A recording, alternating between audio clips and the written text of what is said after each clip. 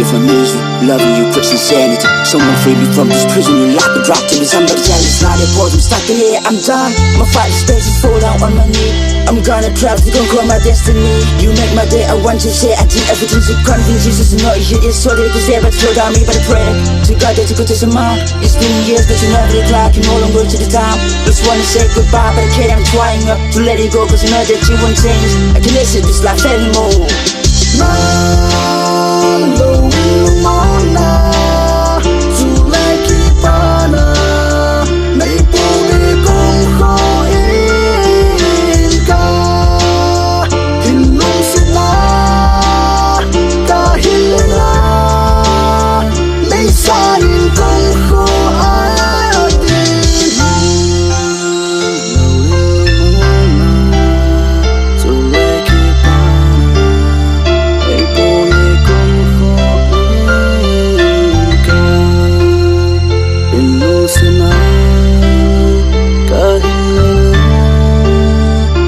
Saw you